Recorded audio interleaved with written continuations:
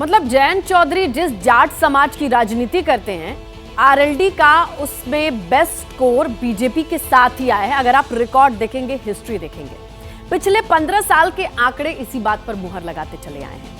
अब 2024 के चुनाव के पहले जयंत के सामने राजनीतिक अस्तित्व बचाने की चुनौती है और अब आगे वो क्या करते हैं, इस पर सस्पेंस बरकरार है। क्या आपको इस बात का भी डर है कि कहीं एक मंच साझा करने से, योगी आदित्यनाथ के साथ मंच साझा करने से कहीं ना कोई राजनीतिक नुकसान? नहीं, वो कोई भूत है क्या? मैं डरूं उनसे? मैं सेंट्रल हॉल जाऊंगा, वहां भारतीय जनता पार्टी के भी नेता होते हैं। ऐसी आज की वो तारीख नहीं कि हम राजनीतिक अपने जो है घेरे में रहें।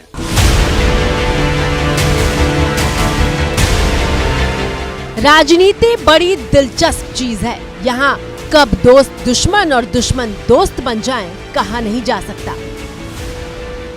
क्योंकि गर्मी कैसे शांत होगी, ये तो मैं मई और जून में भी इसको बहुत शिमला बना देता हूं। ऐसा भर भर के वोट दो, ईवीएम की मशीन को ऐसा भर के दो, नलके के बटन, हैंडपंप के बटन को ऐसा दबाओ कि भारतीय जनता पार्टी की जो चर्बी चढ़ रही है, सारे नेताओं की चर्बी उतार दो आप। पिछले 2 लोकसभा चुनाव में करारी हार का स्वाद चख चुके जयंत चौधरी बीजेपी में जाने का मन बना चुके हैं, लेकिन बीजेपी जयंत का बाहें फैलाए स्वागत क्यों करेगी?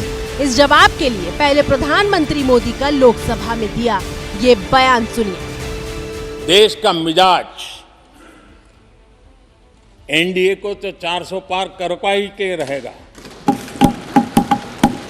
लेकिन भारतीय जनता पार्टी को 370 सीट अवश्य देगा।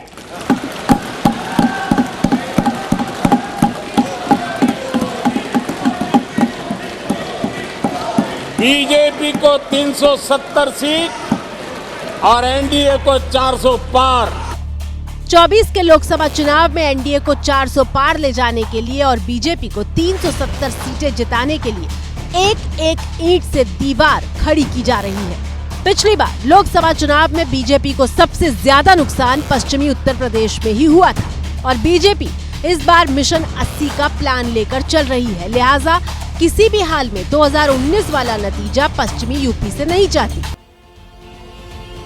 तो चुनाव जैसे जैसे नजदीक आ रहा है, इंटरेस्टिंग कॉम्बिनेशन या फिर उसकी प्रोबेबिलिटी बढ़ती दिखाई देती है। जैसे ही घड़ी का काटा दोपहर 2:30 पे आए, बबीता जी का दिल सास बहू साजिश के लिए मचल जाए।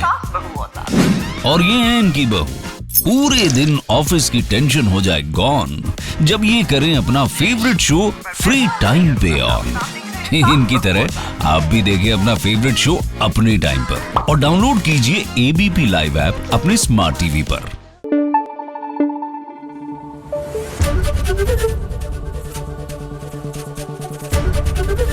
एबीपी न्यूज आपको रखे आगे।